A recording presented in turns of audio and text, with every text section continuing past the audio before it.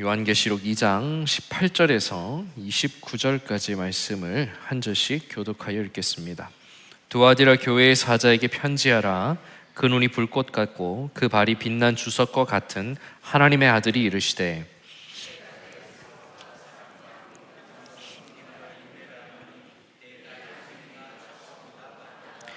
그러나 내게 책망할 일이 있노라. 자칭 선지자라 하는 여자 이세벨을 내가 용납함이니 그가 내 종들을 가르쳐 꾀어 행음하게 하고 우상의 제물을 먹게 하는도다.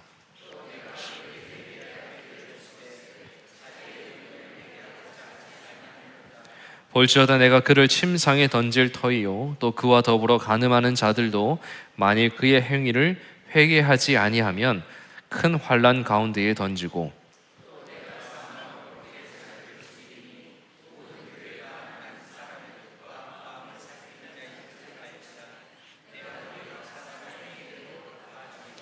두아디라에 남아있어 이 교훈을 받지 아니하고 소위 사탄의 깊은 것을 알지 못하는 너희에게 말하노니 다른 짐으로 너희에게 지울 것이 없노라. 이기는 자와 끝까지 내 일을 지키는 그에게 만국을 다스리는 권세를 주리니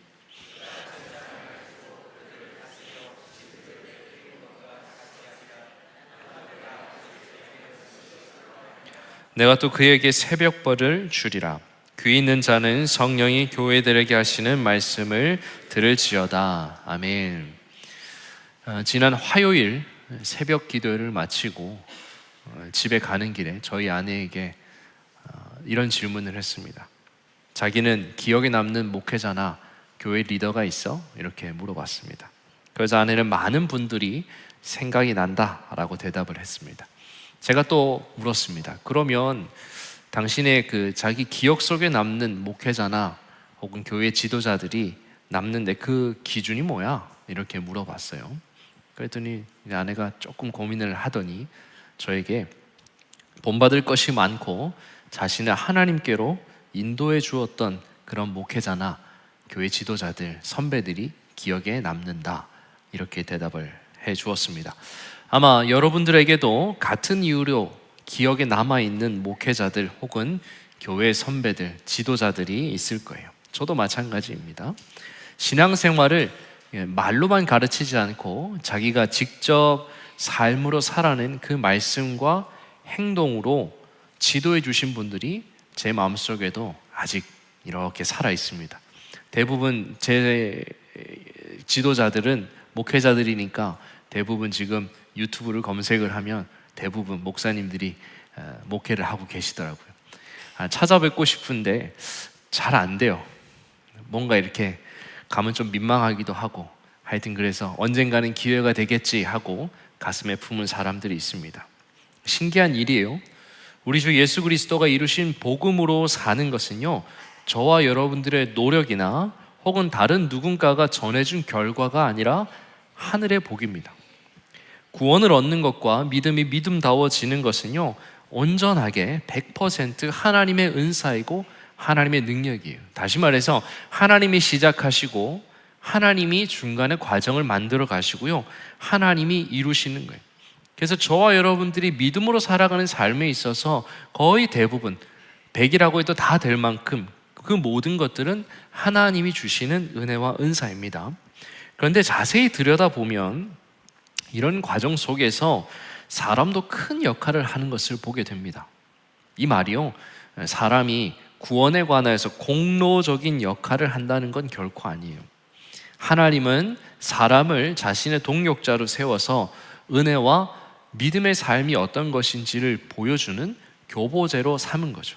그래서 주님이 저와 여러분들의 가슴 속에 남아있는 그 어떤 한 사람들의 삶이 내 삶의 영원한 교보제가 되는 거죠. 어렵고 힘들 때마다 그 목사님, 그 선배, 혹은 그 지도자, 우리 장로님, 권사님들은 이렇게 살았지라는 것을 마음속에 주님이 교보제로 우리에게 주셨다는 겁니다. 오늘 우리가 네 번째로 살펴볼 이 두아디라 교회에도요, 우리가 기억하고 존경하고 사랑하는 목회자나 지도자들처럼 헌신적인 한 사람이 있었다고 합니다. 이쯤 이야기하면 아마 여러분들 어떤 사람일까? 라고 머릿속에 떠오르는 한 사람이 있어야 합니다. 누구일까요? 아마 사도행전을 잘 읽어본 분이라면 그 사람이 누군지 벌써 알고 계실 겁니다. 근데 그 사람이 누구인지 벌써 이렇게 말해드리면 재미가 없으니까 잠깐 삼켜놓고 두아디라 지역이 어떤 지역이었는지부터 먼저 살펴보기를 원합니다. 두아디라 지역은 당시 크게 주목을 받는 도시는 아니었다고 합니다.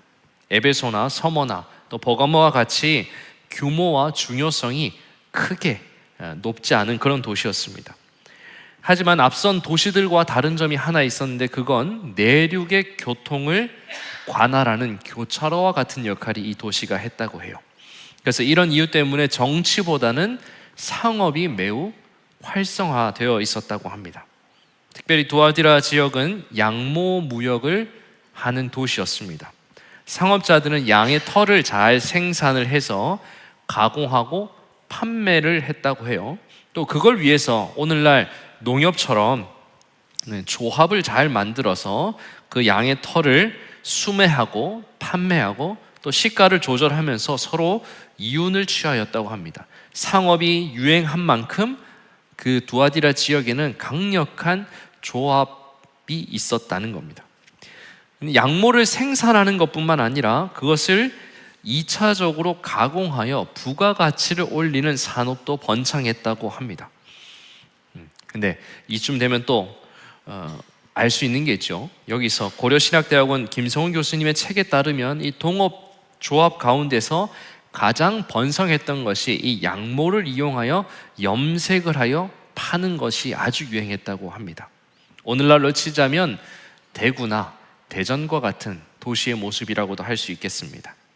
특별히 이 두아디라 지역에는 자색 옷감을 만들어서 양모를 자색으로 만들어서 판매를 했는데 그것이 로마 전역에서 아주 명품으로 인정을 받았다고 합니다.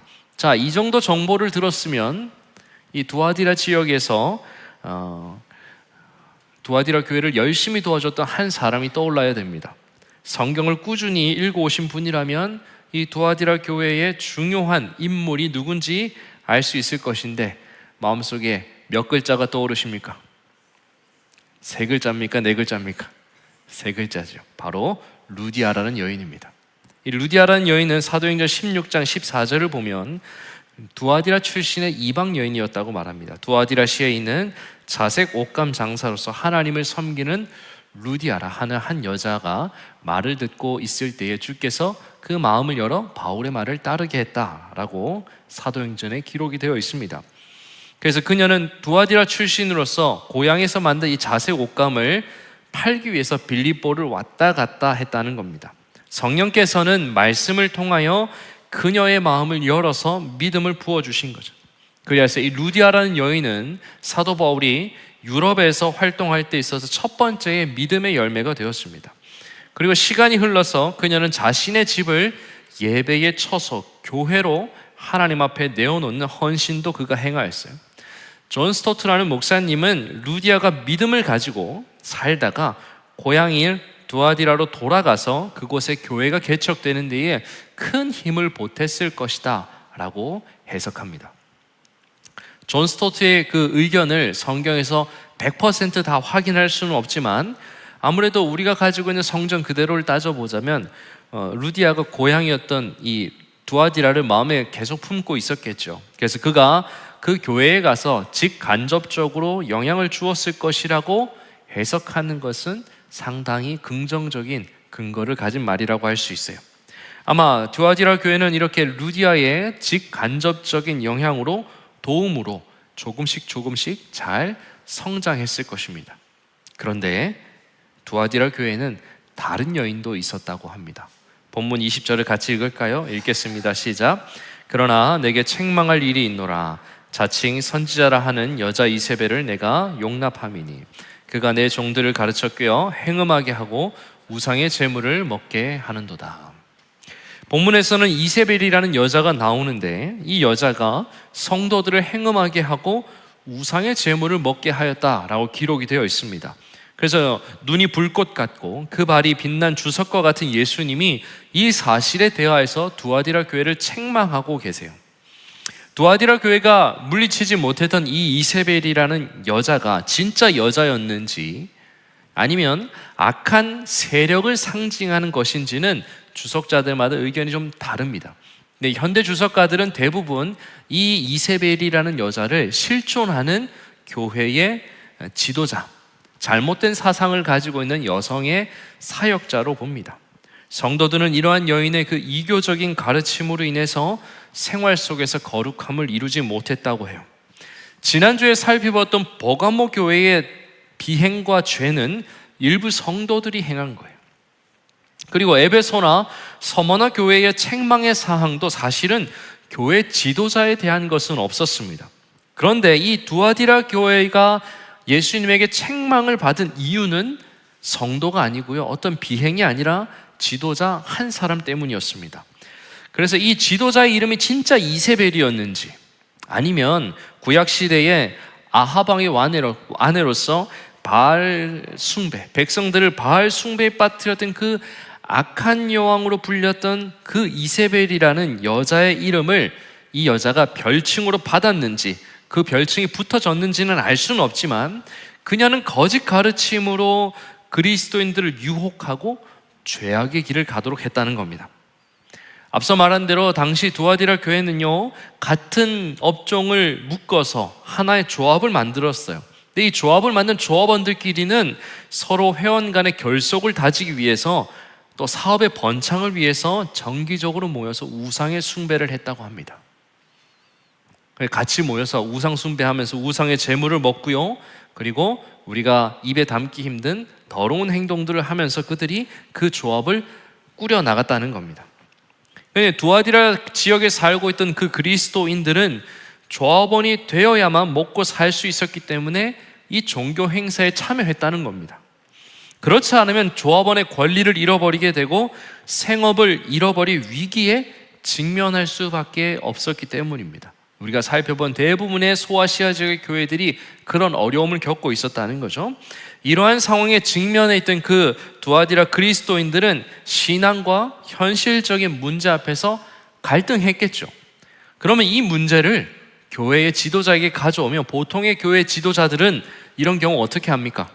문제를 듣고요, 공감하고 어떻게 하면 그것을 이길 수 있을까, 극복할 수 있을까를 고민하여서 성경적인 대안을 성도들에게 제시해 주겠죠. 그런데 두아디라 교회에 있었던 이 선지자 행세를 하는 이 이세벨이라는 여인은 반대로 행동했다는 겁니다. 세상에서 먹고 사는 문제, 그걸 위해서 잠시 신앙과 믿음을 내려놓는 거, 그거 괜찮다고 가르쳤다는 거예요. 당시 팽배했던 그리스 철학, 그 사상을 그대로 받아들여서 그건 육체의 일이니까 상관없어, 아무렇게나 살아도 돼 라고 가르치면서 영원히 구원받는 데는 아무런 지장이 없으니 그냥 조합에서 하던 대로 우상의 제물을 먹고 더러운 짓을 해도 너희의 구원, 예수님이 너에게 주신 구원 흔들리지 않아 라고 이 이세벨이라는 여자가 가르쳤다는 겁니다. 신앙과 현실 사이에서 갈등하는 그 믿음이 연약한 자들은 그녀의 가르침이 얼마나 달콤했겠습니까? 넘어갈 수밖에 없었던 겁니다. 갈등을 하고 있는 성도들에게 교회가 죄의 길을 열어준 꼴이 된 거죠. 결국 두아디라 교회에 있던 성도들은 죄가 덕지덕지 붙은 더럽고 혼합된 변종 그리스도인이 되고 말았던 겁니다. 누구로 인하여서요? 한 사람의 지도자, 한 사람의 사역자, 그 사람 때문에 교회 전체가 오염되는 그런 일이 있었다는 겁니다. 그것을 예수님은 책망하신다라고 분명하게 말씀하셨어요. 우리는 여기서 한 사람의 중요성을 다시금 깨닫게 됩니다. 교회는 사람들이 모인 곳이기 때문에 한 명의 중요성을 자주 잊어버리기도 합니다. 나 하나쯤은 괜찮아 라고 생각할 수 있어요. 그러나 하나님은 여러분들 한 사람 한 사람이 중요하다는 것을 강조하셨습니다. 로마서 5장 19절을 같이 읽겠습니다. 시작. 한 사람이 순종하지 아니함으로 많은 사람이 죄인이 된 것 같이 한 사람이 순종하심으로 많은 사람이 의인이 되리라. 하나님은 한 사람, 그 한 사람의 순종으로 인하여서 많은 사람이 의인이 되는 길이 열렸다라고 말씀하셨어요. 그만큼 우리 주님께서는 그 하나의 가치를 소중하게 생각하세요. 수학적으로 계산할 수 없는 그런 하나님의 놀라운 이끄심의 방법이 이 하나에 들어있다는 겁니다.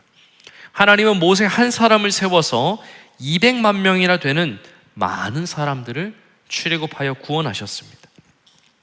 사사시대 말기에 온 백성이 어둠에 있을 때에 사무엘이라는 그 한 사람을 통하여서 이스라엘 민족 전체를 빛으로 인도하셨습니다. 남유다와 북이스라엘이 죄악에 빠져서 막 허덕이고 있을 때에 주님은 많은 사람들을 부르지 않았어요. 한 사람 찾아가셔서 선지자들을 세워서 그들로 하여금 예언하도록 주님이 말씀하셨습니다. 이스라엘 백성들이 나라가 다 망하여서 포로가 되어서 완전히 흩어져 버렸을 때에 주님은 다니엘이라는 한 사람을 세워 믿음을 보존하게 하시고 다시 꿈을 꿀 수 있도록 하셨습니다. 한 사람의 중요성을 너무나도 잘 알고 계셨던 하나님은 최종적으로 독생자 하나뿐인 살아있는 성자 예수님을 낮고 천한 이 땅에 우리를 위하여 보내주셨습니다. 요한복음 3장 16절에 이렇게 말하죠. 하나님이 세상을 이처럼 사랑하셨다. 그런데 그의 사랑하시는 독생자를 주셨다. 이는 그를 믿는 자마다 멸망하지 않고 영생을 얻게 하려 하셨다. 하나님은 단 하나의 아들을 우리 모두를 위하여 보내셨다는 겁니다. 그를 믿는 모든 자들은 이 하나의 존재, 독생하신 그 예수 그리스도를 통하여 구원과 영생을 얻을 수 있게 되었다라고 주님이 우리에게 분명하게 말씀하셨습니다. 사랑하는 우리 동역자 여러분, 저와 여러분들도 이 하나, 일이라는 가치를 소중하게 여겨야 됩니다. 잊지 마십시오.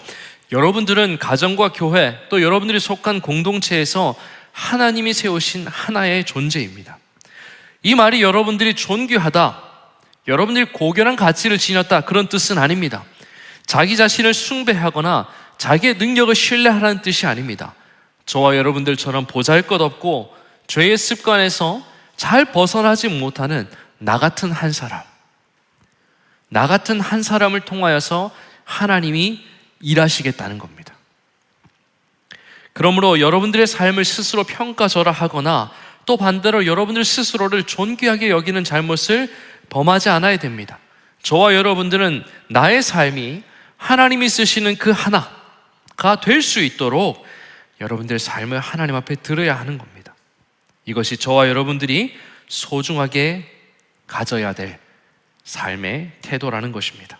시편 40편 8절을 같이 한번 읽겠습니다. 시작. 나의 하나님이여, 내가 주의 뜻 행하기를 즐기오니 주의 법이 나의 심중에 있나이다 하였나이다. 오늘 시편 기자가 뭐라고 말합니까?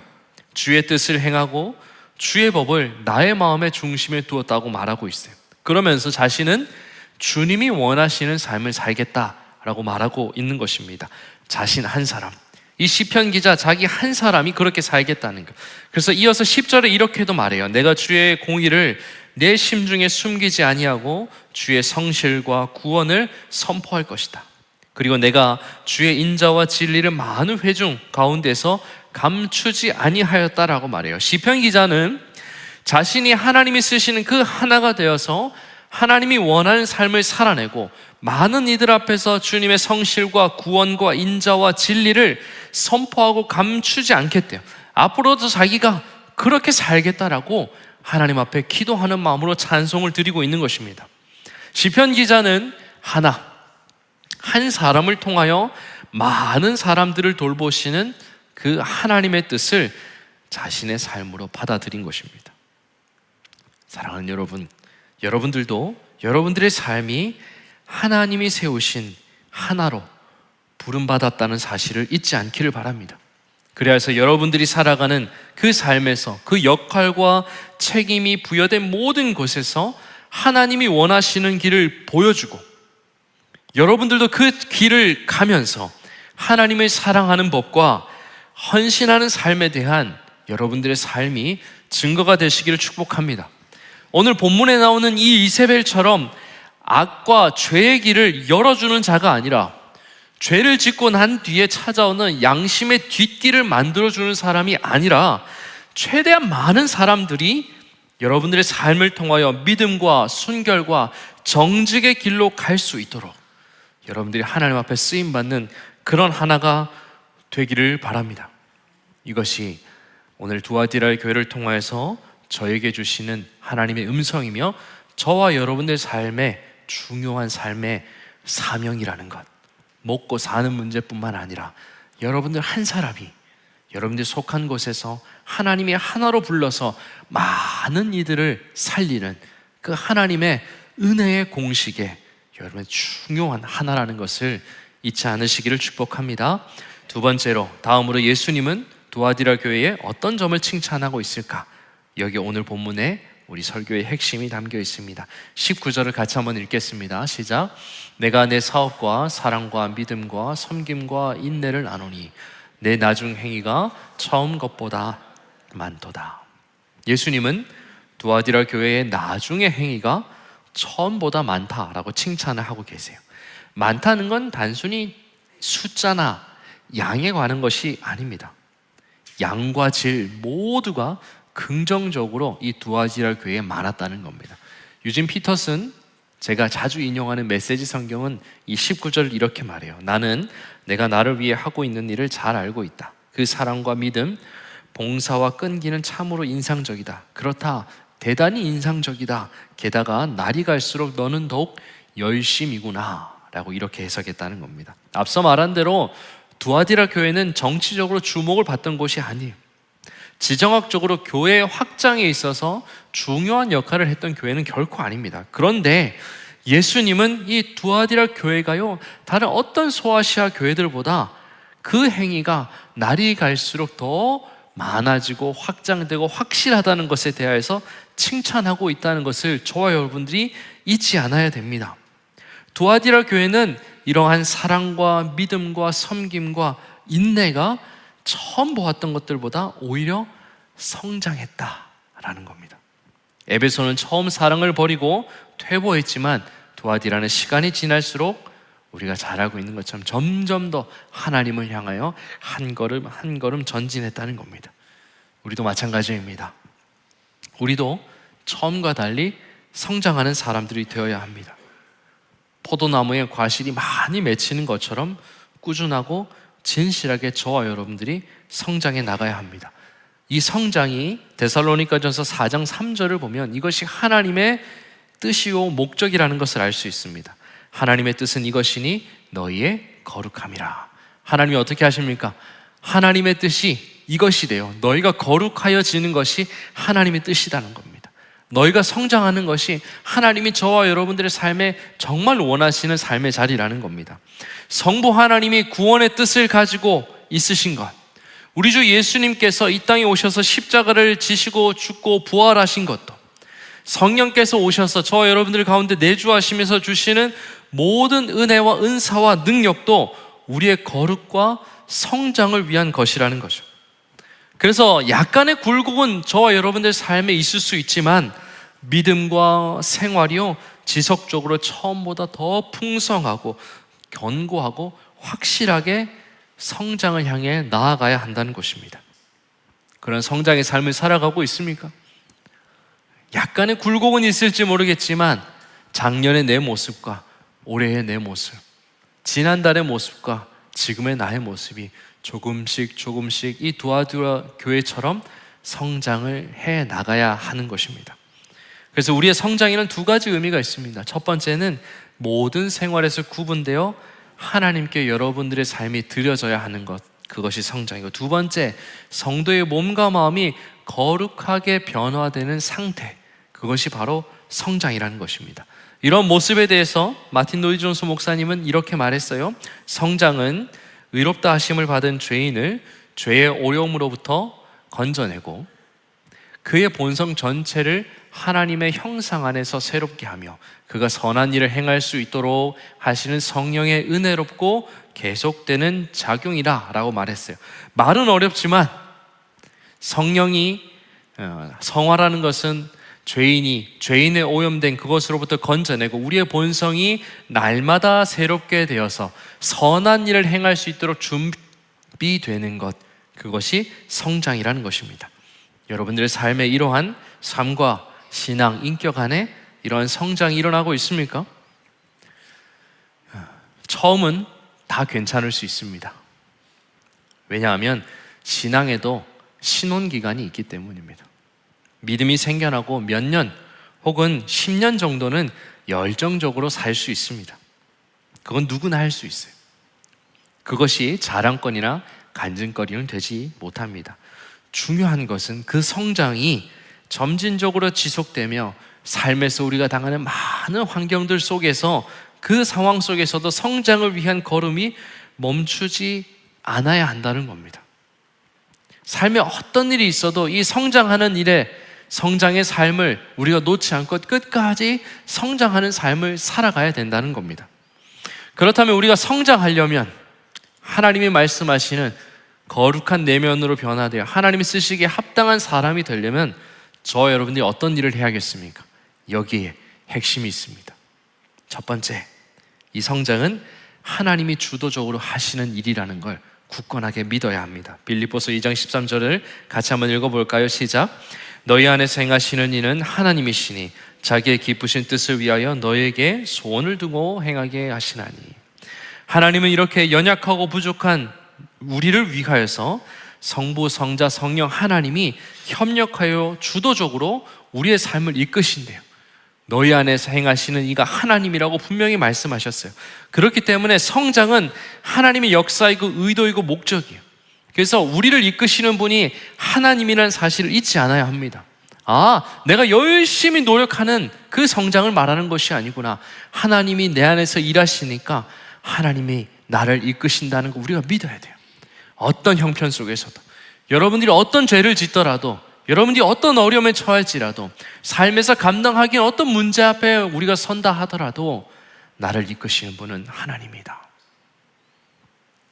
나에게 실망하고요, 나에게 연약해지고 나는 이런 인간밖에 안 되나 봐 라고 생각할 때에도 주님은 내 안에서 일하고 계십니다. 주님은 우리를 떠나지 않으시고 일하고 계신다. 그걸 믿는 믿음이 바로 성장을 위한 중요한 하나의 열쇠가 된다는 겁니다. 예수 믿고 사는 삶은요, 여러분들이 열심히 하라고 말하지 않습니다. 구원을 위하여, 성장을 위하여 뭔가 공로를 열심히 쌓으라고 말하지 않아요. 그리스도인들의 성장은 내 안에 계신 하나님, 내 안에서 일하시는 하나님, 그 하나님을 믿어라. 하나님이 내 삶에서 일하실 것이기 때문에 그걸 믿는 것이 성장을 위한 중요한 열쇠라는 걸 우리에게 말하고 있습니다. 한 가지 더가 있어요. 그건 무엇이냐? 성화를 위해, 성장을 이루기 위해서는 우리 자신을 모든 더러운 것으로부터 깨끗하게 하는 삶을 살아야 합니다. 고린도서 7장 1절에 이렇게 말합니다. 그런즉 사랑하는 자들아, 이 약속을 가진 우리는 하나님을 두려워하는 가운데서 거룩함을 온전히 이루어 육과 영의 온갖 더러운 것에서 자신을 어떻게 하라고 말합니까? 깨끗하게 하라. 사도 바울은 고린도 성도들에게 거룩함을 위하여서 삶의 더러운 것으로부터 너희를 깨끗하게 하는 구별된 생활이 필요하다고 말해요. 이건 앞서 말한 구원을 위해서, 성장을 위해서 공로를 쌓으라는 뜻이 아니에요. 하나님이 우리 안에서 일하시니까 일하시는 하나님의 일터를 청소하는 것처럼 살라는 거예요. 하나님이 저와 여러분들의 몸과 마음과 인품에서 주님이 역사하시고 성장을 위해 우리를 이끌어 가실 텐데 우리 안에 더러운 것이 있으면 안 되잖아요. 근데 그거를 깨끗하게 하는 삶, 하나님이 우리 가운데 일하시니까 나도 거기에 발맞추어 살아간다는 겁니다. 그래서 서신서에 보면 믿음의 선한 싸움을 싸우래요. 의와 경건과 믿음과 사랑과 인내와 온유의 삶을 더 적극적으로 따라가라는 겁니다. 그래서 그리스도인이 성장하는 것, 그리스도인들, 성도가 하나님이 쓰시기에 합당한 사람으로 살아가게 하는 그 성장은 하나님의 그 주도적인 일하심을 믿고 여러분들 자신을 하나님께 맡길 때 일어납니다. 또한 성도들은 그 하나님의 일하심에 맞추어서 하나님이 일하실 운동장을, 우리의 몸과 마음을 더러운 것으로부터 자신을 깨끗하게 할 때 일어난다는 겁니다. 동전의 양면과 같은 것입니다. 하나님이 일하시는 것을 믿고 하나님이 일하시는 나의 몸과 마음을 깨끗하게 하는 삶, 그러한 삶을 살아갈 때 어떻다고요? 성장이 일어난다는 것입니다. 이것이 이 마지막 시대를 살아가는 저와 여러분들의 소원이 되기를 축복합니다. 하나님이 내 안에서 풍성하게 일하시도록 나를 내어드리고 그 일에 막힘이 없도록 생활의 순결을, 정절을 지키며 사는 것, 그것이 하나님이 오늘 이 아침에 저와 여러분들에게 주시는 하나님의 음성이라는 것입니다. 말씀을 맺습니다. 오늘 우리는 두아디라 교회를 통하여서 많은 내용들 중에 두 가지 은혜를 함께 상고해 보았습니다. 우리는 나중이 처음보다 많아져야 합니다. 여러분들과 저의 삶이 어느 한순간 반짝이는 불쏘시개처럼 살지 않아야 합니다. 거룩하게 주님이 부르시는 그날까지 성장을 이루며 살아야 합니다. 이 성장을 위해서 하나님이 우리의 삶을 주도적으로 이끄신다는 것을 믿고 또 그 일을 위하여 하나님 앞에 거룩한 일들을 행하며 살아가야 합니다. 그래서 여러분들이 사는 삶의 자리에 흔들리지 않고 섬김과 봉사의 자리에 서서 많은 이들이 여러분들의 삶을 통하여 예수님을 만나게 되는, 그래서 여러분들의 삶이 교회 성도들이나 자녀들이나 배우자에게 영원히 남는 믿음의 교보제가 되시기를 축복합니다. 하나님이 쓰시는 하나, 그 삶을 위하여 저와 여러분들을 부르셨다는 것을 잊지 말고 오늘 데살로니가후서 1장 3절과 4절을 함께 읽고 오늘 설교를 마치도록 하겠습니다. 읽겠습니다. 시작. 형제들아, 우리가 너희를 위하여 항상 하나님께 감사할지니 이것이 당연함은 너희의 믿음이 더욱 자라고 너희가 다 각기 서로 사랑함이 풍성함이니, 그러므로 너희가 견디고 있는 모든 박해와 환난 중에서 너희 인내와 믿음으로 말미암아 하나님의 여러 교회에서 우리가 친히 자랑하노라. 이 고백이 저와 여러분들의 고백이 되기를 축복합니다. 기도하겠습니다. 하나님, 오늘 두아디라 교회를 통하여 하나님의 음성을 발견합니다. 나 한 사람을 통하여 많은 이들을 이롭게 하기 원하셔서 나를 부르셨다는 것을 기억하기를 원합니다.